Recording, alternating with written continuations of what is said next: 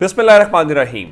लाखों करोड़ों दुरूदो सलाम मोहम्मद मुस्तफ़ा सल्लल्लाहु अलैहि वसल्लम और आले मोहम्मद पर। मैं हूँ उमर दराज गोंदल। इमरान खान इस वक्त इस्लामाबाद मिशन के ऊपर हैं और इस्लामाबाद मिशन के दौरान इमरान खान जो है वो क्रीज से निकल के खेलते हुए जो दिखाई दे रहे हैं, उसका एक पॉजिटिव इम्पैक्ट या उसका एक फ़ायदा भी दिखाई दे रहा है। मैं आपके सामने रखता हूँ वो किस तरह और इमरान खान को वो काम किस तरह से आ रहा है, और फिर GSQ की जो अहम स्टेटमेंट है इस सारे अमल के दौरान उसका क्या इम्पैक्ट होगा, ये एक अलग कहानी है। सबसे पहले आगाज़ करते हैं इमरान खान के हवाले से। इमरान खान आज सुबह सवेरे इस्लामाबाद हाई कोर्ट के अंदर पेश हुए और इस्लामाबाद हाई कोर्ट के अंदर जस्टिस आमिर फारूक जो है उनकी अदालत में वो जब पहुँचे तो वहाँ पे पूछा गया जी आपकी दरखास्तें 3 हैं। उनका जी बिल्कुल दरखास्तें हैं। वहाँ पे ख्वाजा हारिस साहब ने बड़े अहम मामले के ऊपर, आप जानते हैं कि पहला मामला इलेक्शन कमीशन ऑफ पाकिस्तान वाला है जो तोशा खाना वाला मामला है, तो उन्होंने उस पर पूछा देखें हमने इतराज़ात जो उठाए थे जिसका इस अदालत ने कहा था उन अगर इतराज़ात को मुस्तरद तो किया जाता, उसको सुना तो जाता, कुछ किया तो जाता, जिसपे उनका देखें एक पूरे का पूरा गवाह जो है वो इलेक्शन कमीशन की कार्रवाई की बुनियाद के ऊपर ये सारी की सारी प्रोसीडिंग्स आगे बढ़ा रहा है, गवाही दे रहा है। हम उनसे कह रहे हैं कि हमें वो रिकॉर्ड तो दे। जज साहब भी तैयार नहीं है। कल जिसके ऊपर वो पंजोथा साहब वाला मामला हुआ तो उन्होंने कहा कि आप ये बताइए आप उसमें से रिकॉर्ड का कुछ हिस्सा मांग रहे हैं। उनका नहीं, हम ये चाह रहे हैं कि फैसला साजी से लेके रेफरेंस दायर करने तक का जितना रिकॉर्ड है वो हमें फराहम किया जाए। अब ये क्यों ज़रूरी है, देखिए उसमें से ही वकील साहब जो ख्वाजा हारिस है वो उसमें से चीज़ें निकालेंगे और उसकी बुनियाद के ऊपर देखिए कल उन्होंने वो वकास से ये पूछा था कि आपने क्या कोई इसकी कीमत लगवाई, कोई कीमत नहीं थी। उनका क्या आप कोई एक्सपर्ट हैं इस किस्म की कीमतें लगवाने के? उनका मैं कोई एक्सपर्ट नहीं हूँ। तो बुनियादी तौर पे वो चाहते क्या हैं कि मैच फिक्स करके या जल्दबाजी के अंदर इमरान खान को सज़ा दिलवा लें, तो बाद में हाई कोर्ट में देखा जाएगा कौन देखता है। लेकिन फिलहाल लग ये रहा है कि अब अदालत इमरान खान के जो वकील ख्वाजा हारिस हैं उनके दलाइल जो हैं वहाँ से मुकम्मल हो गए हैं और इमरान खान को फिलहाल इस्लामाबाद के अंदर रहते हुए ही इलेक्शन कमीशन में भी पहुँचना है और वहाँ पे वो सेक्रेटरी जो है जिनको एक बार फवाद चौधरी ने मुंशी कहा था और उनके ऊपर मुकदमा हो गया, तो वो जनाब आए हैं गेट तक, उन्होंने सिक्योरिटी के इंतजाम देखे हैं और वहाँ पे इमरान खान के वकला की फहरिस्त उनको फराहम कर दी गई है और बताया गया है कि जनाब जो क्या कहते हैं कि 14 वकला हैं वो उनके साथ जो है वो पेश होना चाहते हैं। हालांकि उसके बाद इमरान खान ने आज जाना है FIA के अंदर भी और इमरान खान ने रात को FIA वाले मामले जो साइफर वाला मामला है उस गुब्बारे में से आवाज़ निकाल दी हुई है। और मैं आपको एक बात बताऊँ, इमरान खान से बेहतर कोई केस पाकिस्तान में फिलहाल समझाने की कम्युनिकेशन स्किल्स लीडरशिप में से नहीं रखता। कैसे? उनका देखिए जो साइफर का शोर डाला जा रहा है कि साइफर चोरी हो गया, साइफर गुम हो गया, उनका साइफर कभी वजारत खारजा से बाहर निकला ही नहीं है, ना वो चोरी हुआ है, ना उसको कोई देख सकता है। फिर उन्होंने बहुत वाज़ेह अंदाज में कहा कि देखिए उसका खुफिया कोड होता है और हमने बड़ी जिम्मेदारी के साथ इस मामले को हैंडल किया क्योंकि हमें ये अंदाज़ा था कि इस सारी सूरत हाल के दौरान कि जनाब देखें अगर वो नंबर लीक होता है तो पाकिस्तान के सारे खुफिया मैसेजेस लीक हो जाएंगे। फिर उनका हमें अंदाज़ा था कि OIC के जो रहनुमा है उन्होंने चंद दिनों के बाद आना है तो ये हमारी इज़्ज़त का भी मसला था, तो हमने बड़े अच्छे तरीके से उसको हैंडल किया है।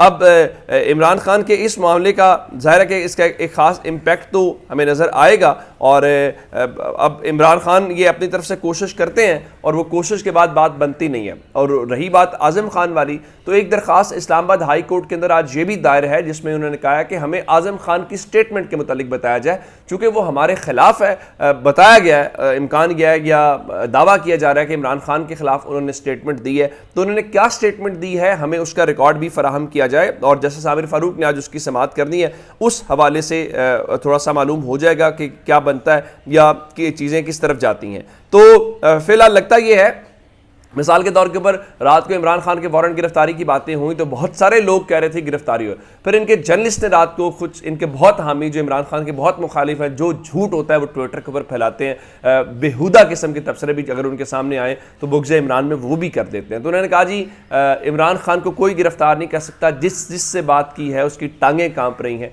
मसला इमरान खान कोई ऐसी नहीं है, मसला अवाम की उनसे वालेहाना मोहब्बत है। पता है कि जो भी हाथ डालेगा अवाम का एक रद्दअमल है, अवाम का गुस्सा है, वो सड़कों पर निकले या नहीं खाओ वो एक अलग बात है, वो ठप्पे की सूरत में आएगा और ये सबको इस बात का अंदाज़ा है। इसीलिए ये सारे कभी कहते हैं जी निगरान हुकूमत करेगी, कभी कोई और उसका जो है वो हमारे सामने रखते हैं। अच्छा, इस सारी सूरत हाल में चूँकि GHQ एक बड़ा अहम स्टेक होल्डर है, तो GHQ की भी एक बड़ी स्टेटमेंट है। GHQ का मतलब आर्मी चीफ होता है और आर्मी चीफ का मतलब GHQ होता है। देखिए, ये तो फ़ौज खुद कह चुकी है कि आर्मी चीफ मशरक़ में देखे तो पूरी फ़ौज मशरक़ में देखती है, आर्मी चीफ मगरिब में देखे तो पूरी फ़ौज मगरिब में देखती है।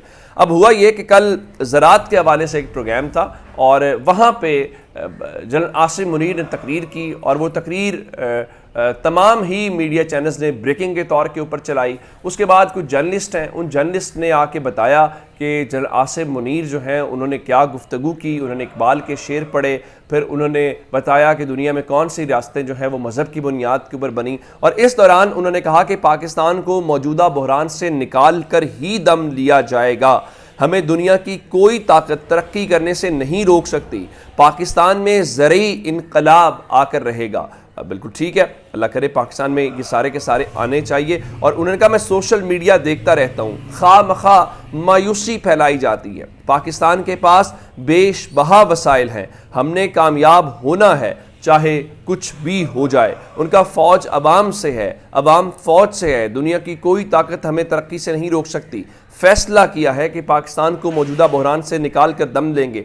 पाकिस्तान ने भिखारी का कशकोल उठाकर बाहर फेंकना है। रियासत माँ की तरह होती है और अवाम और रियासत का रिश्ता मोहब्बत और एहतराम का है। बिल्कुल ऐसा ही होना चाहिए।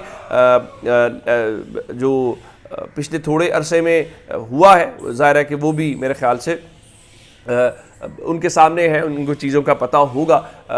ये जो फिर वो जो जर्नलिस्ट बेचारे हैं उन्होंने ट्विटर के ऊपर लिख तो दिया, फिर लोगों ने क्या क्या उनके ऊपर किया है और उन्होंने भी कमाल ही कर दिया। मिसाल के तौर के ऊपर नजम वली ने बताया कि उन्हें जनरल आसिम मुनीर के अंदर जनरल अयूब की डेवलपमेंट नज़र आई, उन्हें जनरल ज़ियाउल हक की वो इस्लामियत नज़र आई, और फिर उन्हें जनरल मुशर्रफ की जो बोल्डनेस है, जो अमलीयत है वो नज़र आई। अब मालूम नहीं है कि तीनों ही वो लोग जिन्होंने मार्शल लॉ लगाया, तीनों ही लोग जिन्होंने कॉन्स्टिट्यूशन तोड़ा, उनको तशबीह दे के नजम वली ने बुनियादी तौर पे उनके हक में लिखा है या उनके मुखालिफ लिखा है। मेरे ख्याल है वो जनरल आसिम मुनीर उनको बुला के उनके कान ज़रूर खींचेंगे कि ये तुम मेरे बारे में क्या लिख रहे हो, ये अच्छा लिख रहे हो या बुरा लिख रहे हो। अच्छा, दूसरी जानिब परवेज़ खटक के हवाले से, चूँकि खैबर पख्तूनख्वा में वो कहते हैं जी मैं बताऊंगा इमरान खान को, इमरान खान की मैं तोड़ूंगा, तो कल खबर आई कि तहरीक इंसाफ के दो जो मज़ीद रहनुमा हैं वो उनमें शामिल हो गए हैं, जिसमें एक मलिक वाजिद हैं, अरबाब वसीम हैं। वो बता रहे हैं जी कि उन्होंने तहरीक इंसाफ में शमूलियत इख्तियार कर ली है। बिल्कुल बहुत अच्छी बात है,